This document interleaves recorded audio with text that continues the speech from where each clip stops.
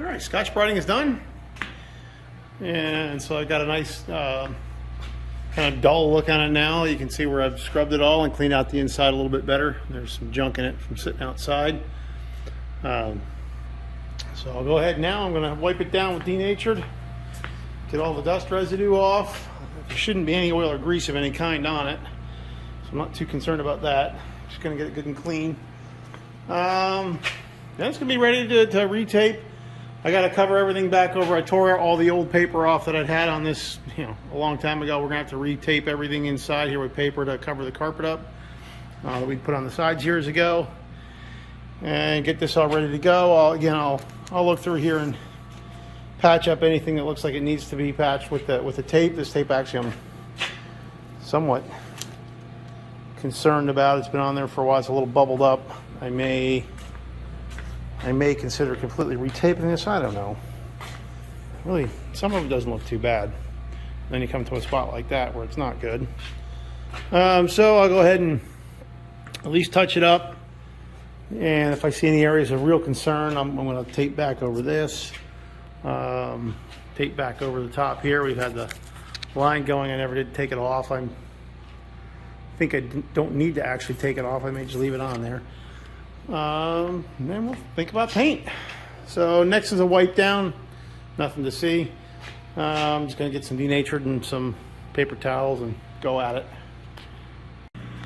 Alright, I'm back over here tonight to start taping. But while I was only gone for one night, somehow a bird got in here. I'll just state for the record, I hate birds. I used to have a Jeep with the top off, and somehow they always dive bombed it when the top was off. So now I've got to spend half my evening getting bird crap off of my boat that I just spent all this time Scotch brighting and cleaning, and now there's just bird crap all over it. One bird, bird crap all over the boat. So I got to clean it all over again before I can even get into taping. Fortunately, I got the bird out of here. If I had my way, it'd be one less bird. But I did finally manage to shoo it out of here. So what a pain in the butt. Not what I wanted to do.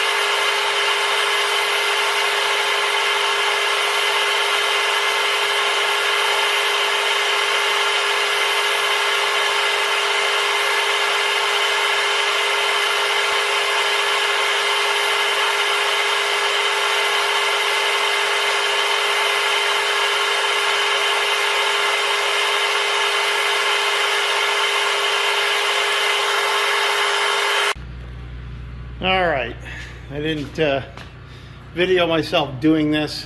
I just got in there and went at it. I got the carpet all covered over again. This is how I had it before I stopped the last time. I had everything covered over, but sitting outside for a year in the rain had obviously taken its toll on the paper I put in here. That's just to protect the carpet from any overspray. It's not like I'm painting the floor, but I'll be painting up in nooks and crannies and things. I don't want to get anything on the carpet, so that's now done.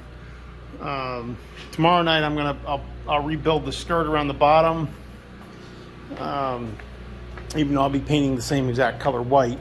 I'll still have it.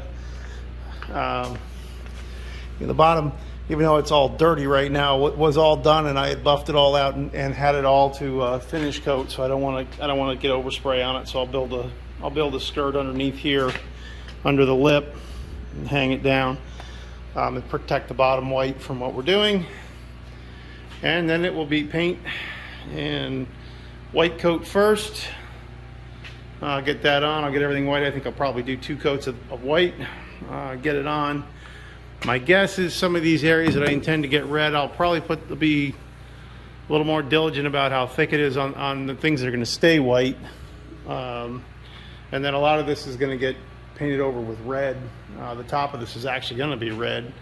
And all the accents on this will be white. So this will be white. This will be white. But I'm going to at least get one coat of white on the whole thing. So when I put the red on, I don't have to worry about any kind of bleed through from a different color. So at least the base will all be the same. So we'll have the white. I'll let that get on and we'll let it cure really well. We'll come back, then we have another big taping job to do for the design that's going to go on it.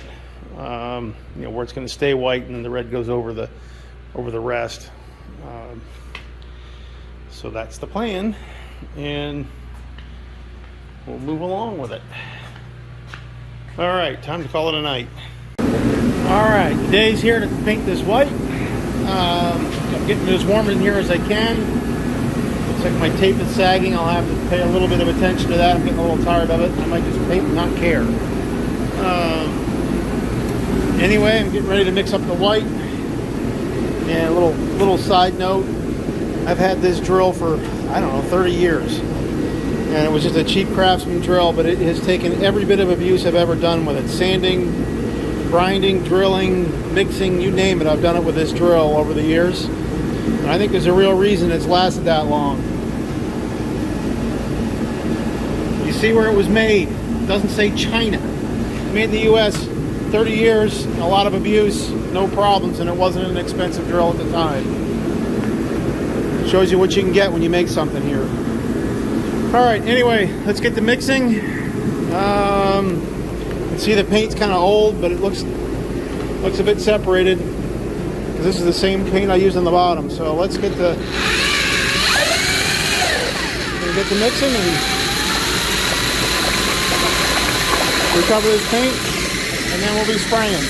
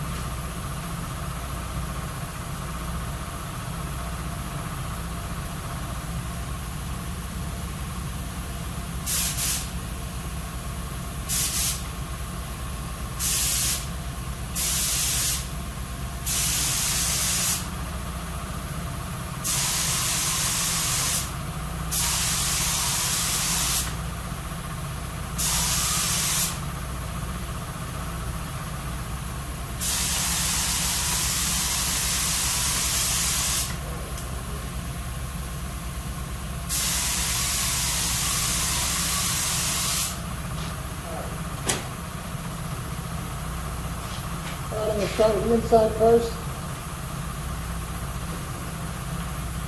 We'll see how this goes. If I'm getting too much overspray in the building, I'll have to take my phone down. I don't want to drag the hose over things. I'm going to start with the inside working my way out.